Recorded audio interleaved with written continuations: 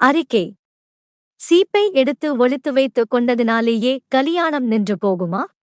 நமது குடியரசு பத்திரிகைக்கு விரோதமாக சில பிராமணர்களும் பிராமணரல்லாத சில வாரப்பத்திராதிபர்களும் வயிற்றுக்கில்லாமல் கஷ்டப்படும் சில காங்கிரஸ் தொண்டர்களின் போருக்கு பணம் கொடுத்தும் தங்களுடைய வாரப்பத்திரிகைகளை இலவசமாக அனுப்பி கொடுத்தும் ஆட்களை ஏவிவிட்டு நாம் ஜஸ்டிஸ் கக்ஷியாரிடம் பணம் வாங்கிக் கொண்டு பத்திரிகை நடத்துவதாகவும் ஜெயிலுக்கு பயந்து கொண்டும் பதவிகளுக்கு ஆசைப்பட்டும் சர்க்காருக்கு அனுகூலமாய் திரும்பிவிட்டதாகவும் இன்னும் பல இழிவான காரணங்களையும் சொல்லி அதனால் குடியரசை வாங்கி வாசிக்கக்கூடாது என்றும் ஆங்காங்கு தென்னை பிரசாரங்கள் நடத்தி வருவதாய் அடிக்கடி நமக்கு தகவல்கள் எட்டிக்கொண்டே வருகின்றன.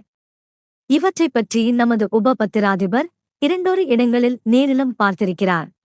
குடியரசுக்கும் அதன் பத்திராதிபருக்கும் செல்வாக்கு குறைந்து போவதனாலேயே பிராமணரல்லாதாருடைய முன்னேற்றத்தை அடக்கிவிடலாமென்று நினைப்பது, சீப்பை எடுத்து ஒளித்து வைத்துக் கொண்டால் கலியாணத்தையே நிறுத்திவிடலாம் என்று நினைக்கிற அறிவீனத்தைப் போலதான் முடியும்.